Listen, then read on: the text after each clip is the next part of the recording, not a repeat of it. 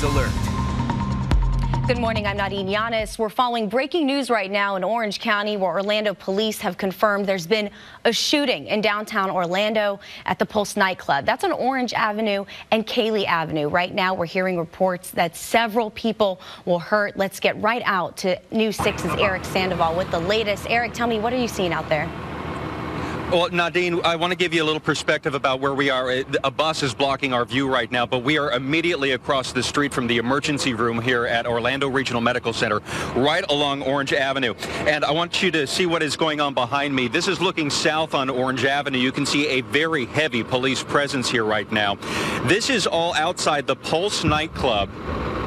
Whoa, and we just heard a loud boom coming from just south of our location here.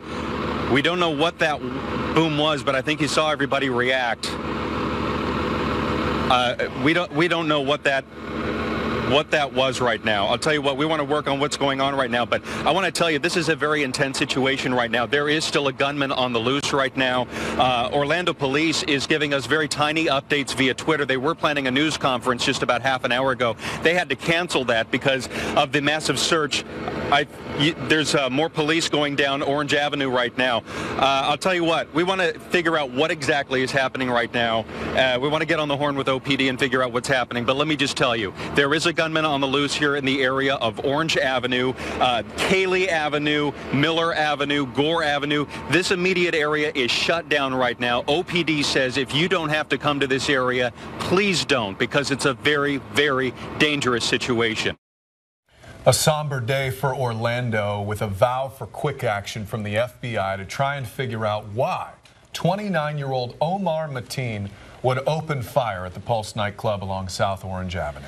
We are learning a lot more about his final moments alive from the FBI, including a call to 911 pledging his allegiance to ISIS. Also, new information about the weaponry he used, including the guns he purchased just days before the attack.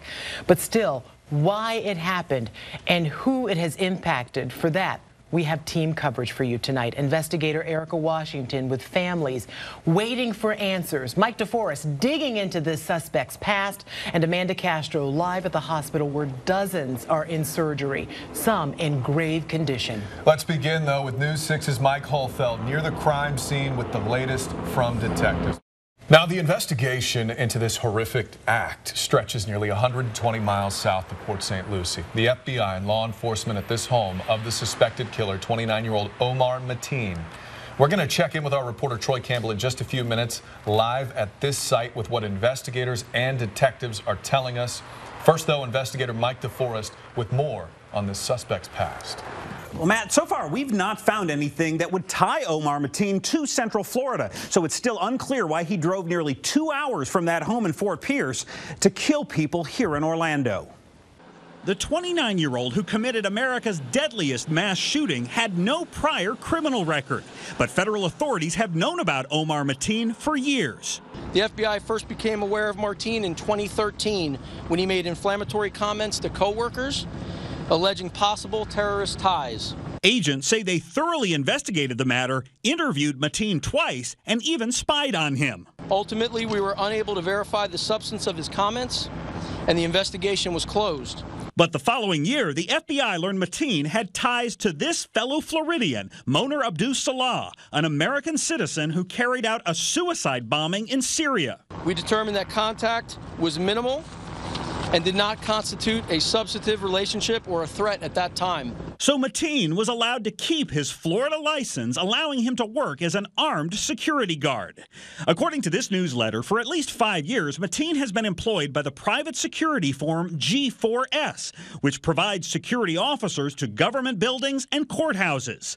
Mateen, a U.S. citizen, was born in New York, but he attended middle school and high school in Port St. Lucie, as seen by these yearbook photos obtained by News 6. Mateen's parents are from Afghanistan.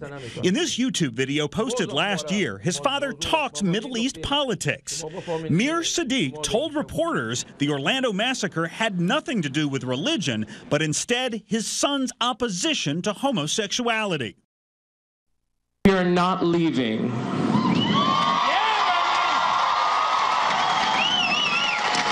We are here to stay.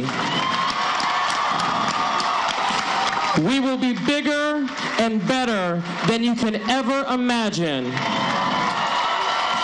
We will not be defeated! A powerful declaration in the wake of terror. Orlando unites to show love will conquer hate. A display that defines the strength of the city beautiful. Good evening. I'm Matt Austin. And I'm Lisa Bell. Hundreds of people from all walks of life gathered tonight, including the men and women who work at Pulse. Our team coverage begins tonight with Sachelle Saunders live outside the Dr. Phillips Center in downtown Orlando for the One Orlando Vigil. Sachelle? Yeah, Matt, Lisa, this was love in action tonight. You can tell it here by all of the flowers and candles in this growing memorial here, but you can really tell it by the people who came out, the people who are still lingering here tonight, who are comforting each other. This is no longer your fight. This is our fight. That we will not be silenced. Love will defeat hate. Like the bells that rang for all 49 victims. An undeniable spirit of strength, unity, love filled Orlando. I have seen some horrible things in my city.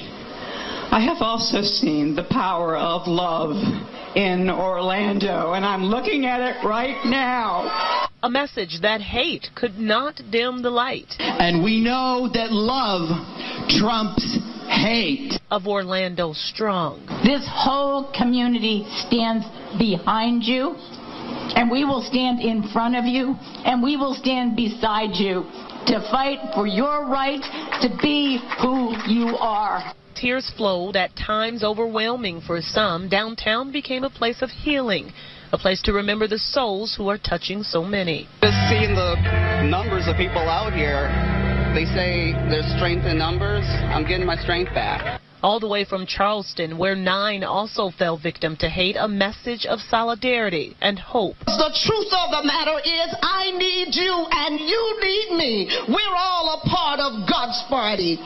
We need to stand together. And a response from the very people who escaped that horrific night, that they would never back down. We are here to stay. We will be bigger and better than you can ever imagine.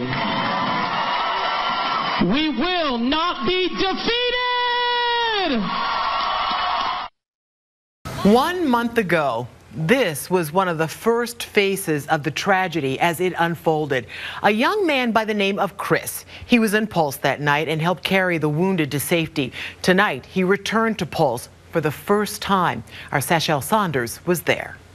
We did not ask Chris to come here tonight. We knew the pain was still fresh. It still hits people every time they visit this place. But Chris said that this was part of his healing process, and he hoped that his public healing would help others.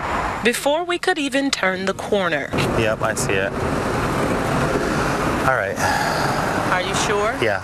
Chris Hansen could feel the energy radiating from Pulse, but he kept walking. Oh. What about measured breaths in awe? It's beautiful. It's heartbreaking.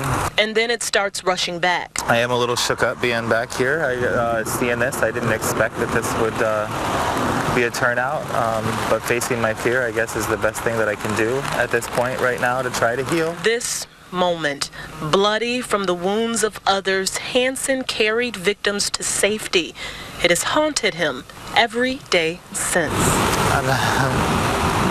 Emotions flooding in. I thought I was ready. I'm sorry. No. You want to walk? You need to walk away. And the emotions and everything that's set behind this is real. I'm bringing it back. I can feel the emotions. I don't know if I'm ready. Let's go. Yeah. Let's go. The cards, the flowers, the place where 49 souls took final breaths. Too much.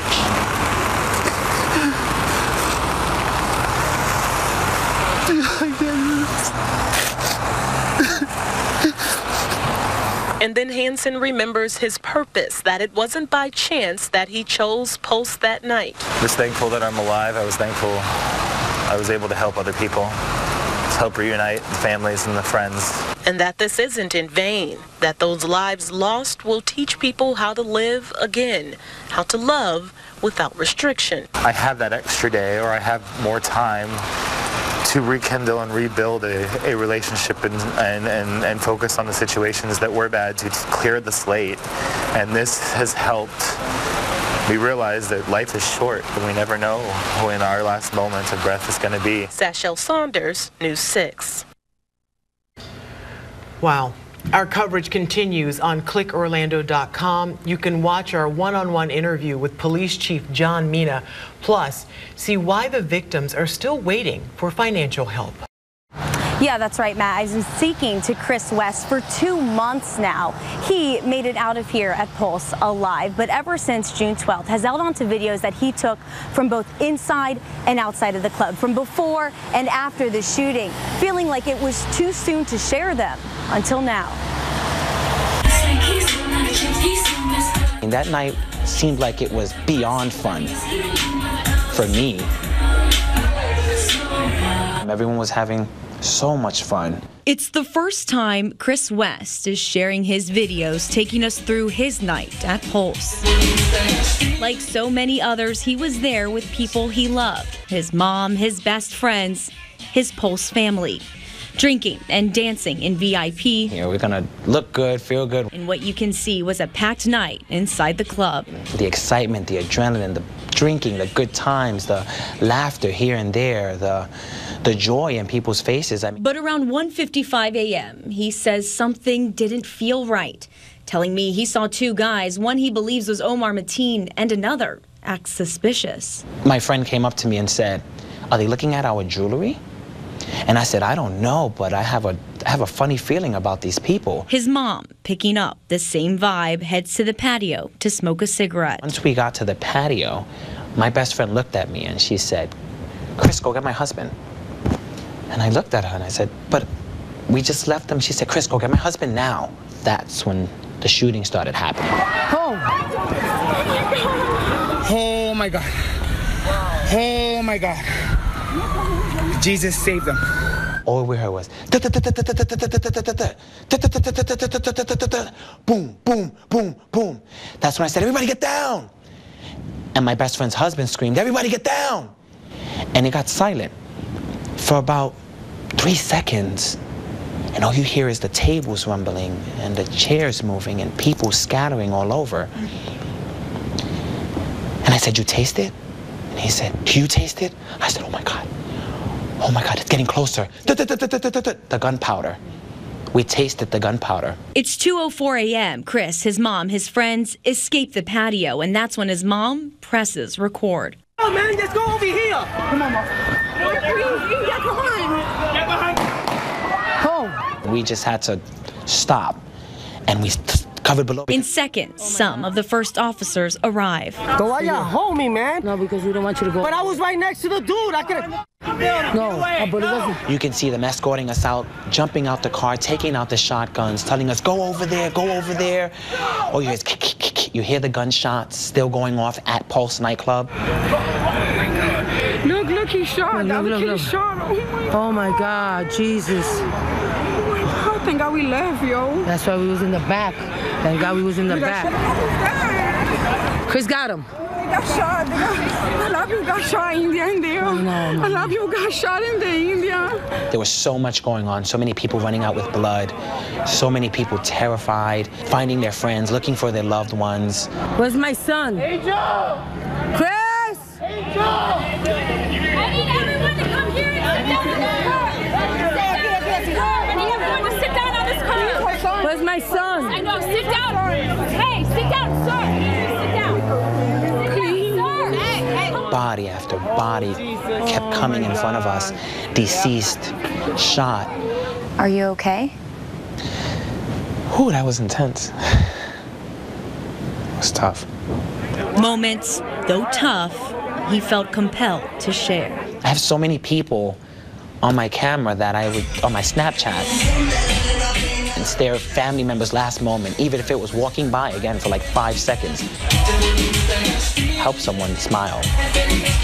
Talk about the good times, the bad times. The bad times sometimes make the good times better. Tonight, one Central Florida woman is doing what she can to help those affected by the Pulse tragedy. We've seen our community come together after the attack, everyone doing what they can to help in their own way. Well, tonight's Getting Results Award winner posted this little message on Instagram. It inspired an international community, and what happened next surprised everyone involved. So there's lots of fabric here. How much of this fabric is left? If you've ever felt like you're at the center of something, It's amazing. It's super overwhelming. a movement, Just a way to make the world more beautiful. a community, It immediately became, oh, this is going to be big. This might be really big. Oh, yeah. then you know what it's like to be Alyssa Lipinski. This is the epicenter of the quilting explosion. Lipinski is president of the Orlando Modern Quilt Guild. A couple of us felt like something needed to be done, so we started it. And holy mackerel, we started it. And what she started was a project called Quilts for Pulse. And I thought, well, maybe we could do an actual quilt drive and possibly make 102 quilts. One quilt for every victim of the nightclub shooting. It began as a simple post on Instagram, Woke up that morning and but quickly went international. I had messages from Australia, messages from Canada, messages from the UK. And along with those messages came supplies. If you've ever seen the mail baskety bucket things the mail guys carry, it's about 3 of those a day. Transforming her home 2,400 square feet of quilts. into what can only be described So this is all of the blocks we have received since Saturday. as a quilt factory. I've never seen anything that's created this kind of a response. It's just more and more and more heart. Well, I mean, we got some from, I think, Sweden, Spain. Lipinski says her team will now be able to provide quilts to everyone involved. We surprised her with the News 6 Getting Results Award. At News 6, we give this award for people in the community who do amazing things and get results. And I would say all these quilts are warming hearts all over the place. Thank you. This is yours. Thank you. Alyssa was quick to point out she didn't do it alone. It took a community to make it happen. It's amazing. And when communities come together, I mean, who doesn't like a quilt? love wins. It's hard to not be happy when you're looking at brightly colored, pretty things that were made with love. I love it. It looks fabulous. And it was difficult. And it took everything about us. It took everything from us. Tonight, a Pulse first responder asks Florida lawmakers to recognize PTSD as a real injury as he fights to recover. Orlando police officer Jerry Reelan has been off the job for more than 3 months now. And under current state law, OPD does not have to pay him. News 6 investigator Mike Holfeld has been working this story for the last few months now, and he's live outside Pulse nightclub. Mike, how is this law written? Hi, Ginger, and good evening, everyone. Let's break it down for you. If a first responder is suffering from mental anguish and didn't suffer a physical injury as well, his time off is not covered. Jerry Reelan and his wife say that's just not fair. They want the law changed. And to make his point tonight, Jerry is sharing things, very personal things, never shared or made public until now. You know, when I have flashbacks, I see them, and I'm back there, and I'm inside there again. We've all seen the frenetic moments captured by TV news cameras outside of the Pulse nightclub. But there's something the cameras missed. We're the ones that wrapped them and carried them out. And we were in there for several hours. This rough sketch was made about a week after OPD first responder Jerry Reelan was inside Pulse nightclub. The magenta dots represent where the bodies were, a scene that continues to haunt him. I could have never have trained for that. I mean, I've seen homicides and suicides before, dealt with it, but not like that. Reelan has been diagnosed with PTSD and mental anxiety. He tried to return to work, but he says he just couldn't do it. Have the other first responders struggled with this as well? We have had a couple of officers who have come forward and have said, look, I need a timeout. I need to do something different for a number of days, and we have honored that. For Officer Reelan, it could be months, even years. The city continues to pay Jerry Reelan. But there's a catch. They don't have to. Under Florida's first responders law, payment for indemnity for a mental or nervous injury is denied unless you're physically injured as well. It's hard to watch your loved one who's suffering and just trying to get better. Jessica Reeland has been working to change that law. In fact, the story made headlines in New York last week. To me, almost seems as though they think it's invisible, that it is not a real thing. Reeland's psychiatrist suggests it's very real. He complains of nightmares and flashbacks, he writes. One of those flashbacks? Chinese lanterns. In an email to me, Reeland writes, "Why? Because every time I couldn't take looking down at blood and bodies, I would look up, and there I'd see every time the large Chinese lanterns on the ceiling of the club." What's your take on this? State Representative Mike Miller met with the Reelands. He agrees the law needs to be changed. I'm sure that there are lots of stories like this, and we've got to make sure that we protect those folks because they are going to need our help. And if we can do it responsibly, fiscally, I am all in. And I can tell you, we've been working this several weeks now. There's a lot of lawmakers indicating to News 6 they are in as well. In fact, we talked to Governor Scott tonight about this, and he told us if a bill comes to his desk, he will review it, quoting now, "Our first responders are important to all of us." No argument here. Mike Holfeld reporting live. Back to you. Mike, let's hope we can get results not just for Officer Reeland, but for all of those guys and women. Thank you. 6 months later, Orlando unites again. Twin tributes to honor the 49 and to once again show the world love always defeats hate. Good evening and thanks for joining us. I'm Lisa Bell. Troy Campbell is live at the Orange County History Center, but we begin with Eric Sandoval, who is live at Pulse tonight. Eric. Yeah, guys, you can see right behind me, people are still here at this late hour here at Pulse nightclub, paying their respects to the 49 people who lost their lives 6 months ago today. Now, tonight, we went inside the fence line where a special ceremony took place to remember and, of course, to pray for the future. We can build a beautiful city. Yes, we can. Yes, we can. Over the span of more than 2 hours tonight, Somewhere over the rainbow.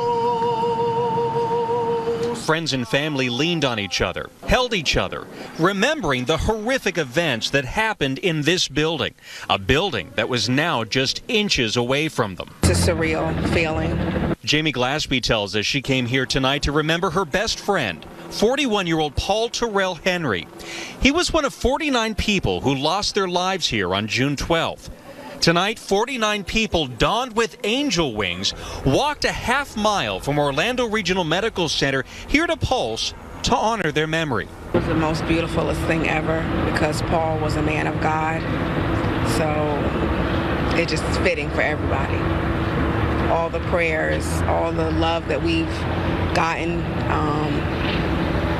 losing all 49 people. Tonight's ceremony featured speakers like Pulse nightclub owner Barbara Poma and Orlando City Commissioner Patty Sheehan.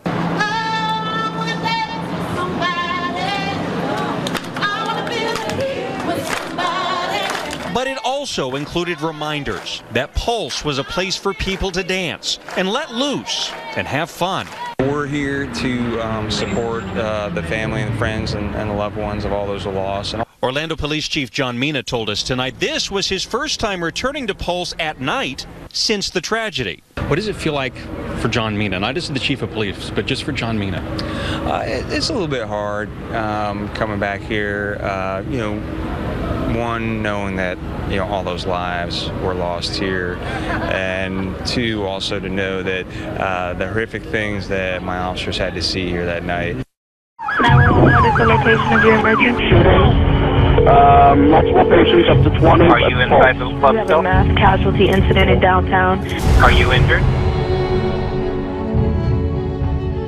June 12th, 2016. The morning will forever live in Orlando's history. What started out as a night of fun for hundreds inside Pulse nightclub behind me soon turned to terror and death.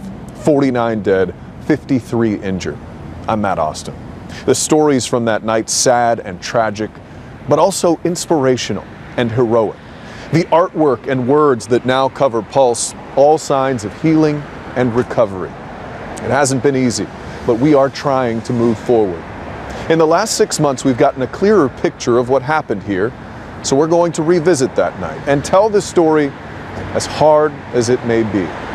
You've seen some of these images before, but not like this, all at one time. So we do want to let you know it could be tough to watch at times. But as we look to understand it all, we have to look at where we've been, what we now know about that night, and how it has changed us. I have those moments where I'm like, oh my God, like this happened to me. Like, why me? Like, why, but after a while, I'm like, you know what? I'm here. I'm still here. And now I have a job, I have to share to the world my story. I have to bring other survivors together, share our story together. Directly after Pulse, this whole community came together and stood as one. And that really hasn't diminished.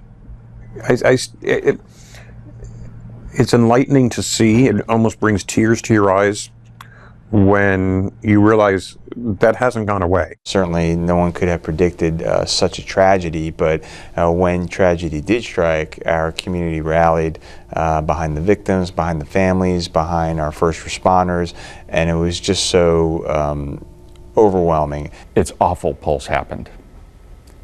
The result, though, was that Pulse brought this entire community together, gay, straight.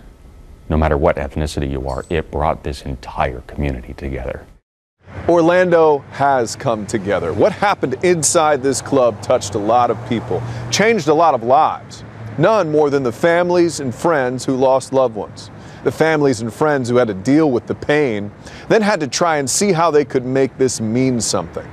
One mom we met just hours after the attack has done just that. 6 months after the attack, she is making sure every day she continues to be a voice for her son.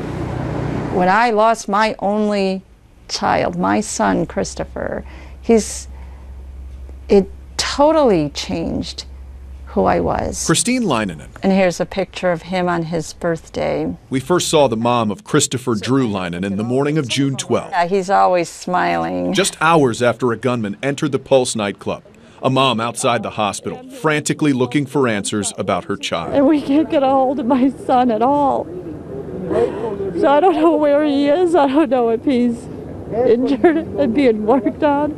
But they won't let us know. They're not letting us know any names of anybody. This is heartbreaking on so many levels. Her struggle became one that touched a lot of hearts. And if you could imagine that, and every parent can, because every parent has experienced that, if you could just multiply that by whatever degree your heart or your head can even wrap itself around when you're looking for your child, when there's been a shooting and your child was at the club that there's been a shooting, and you know. Leinonen later learned her son was among the dead. Now, 6 months later, he remains a big part of her daily life. Even though it's sometimes is sad to look at these, but it gives me way more pleasure and happiness reminding me of Christopher and his life.